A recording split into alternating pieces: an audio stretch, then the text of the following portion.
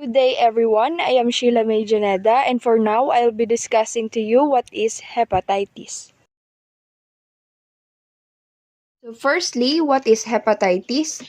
Hepatitis is an inflammation of the liver and the cause of it varies. So it can be due to viruses, alcohol intake, drugs, and other various chemicals. So there are 5 types of hepatitis, and these are hepatitis A, B, C, D, and E. So let's start with hepatitis A. Hepatitis A is caused by the hepatitis A virus and is able to spread via fecal contamination of objects like food or clothing.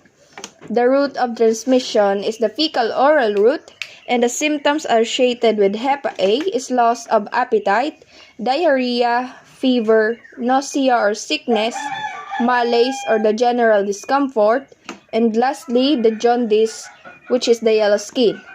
The recovery of Hep A is around 6 weeks, and it doesn't cause permanent damage to the liver.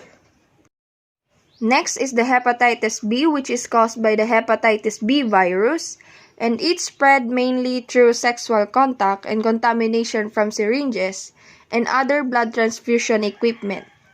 Hep B is said to be also spread via tears and saliva. Hep B virus can be present for a lifetime, and it can result eventually in cirrhosis of the liver and potentially to liver cancer. However, there are vaccines which are available to prevent the initial infection with hepatitis B. Next is hepatitis C. Hepatitis C is caused by the hepatitis C virus, and it's spread by blood-to-blood contact.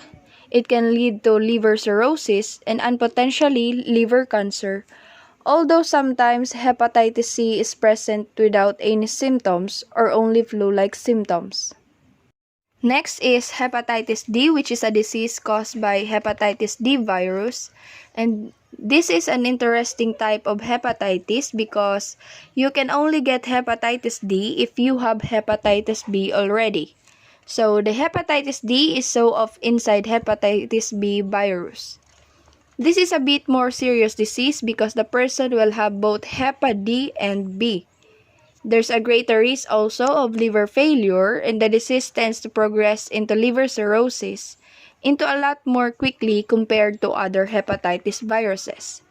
So there's an increased risk and progression to liver cirrhosis, and also increased risk of developing liver cancer, especially if you had it for a long time. That's why Hep D combined with Hep B has the highest mortality rate of all the hepatitis. The transmission of hepatitis D is gonna be similar to that of hepatitis B. So it has the more tendency of transmission to people who are injecting drugs, having sexual contact, and so on. And the last form of hepatitis we're gonna talk about is hepatitis E virus. This is similar to how hepatitis A is transmitted. So hepatitis E is transmitted by the fecal-oral route, like the contamination of food or clothing with feces. And the disease itself is quite self-limiting, so it usually lasts between 2 to 8 weeks only. This is considered as an acute form of the infection, and its symptoms are jaundice, nausea, and fatigue. When the disease progresses onto the chronic stage, the chronic form of hepatitis E is usually in those with weak immune system or pregnant women. He or she will have a greater risk of fulminant liver failure or liver cirrhosis. Talking about the prevention if can hepatitis be treated, sad to say there are no treatments to cure hepatitis A aside from carefully monitoring liver function. If you know you have hepatitis A early enough, you might be able to stop the infection if you get a dose of the hepatitis A immune globulin. While hepatitis B when chronic can often be treated successfully, and these are the most commonly used drug to treat chronic hepatitis B.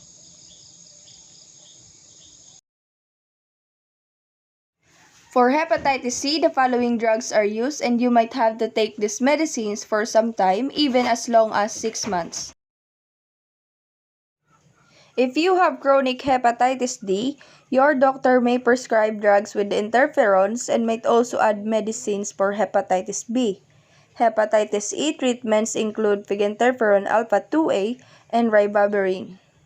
So that's all for today, and thank you for watching. I hope you get to know more about hepatitis, its type, and prevention.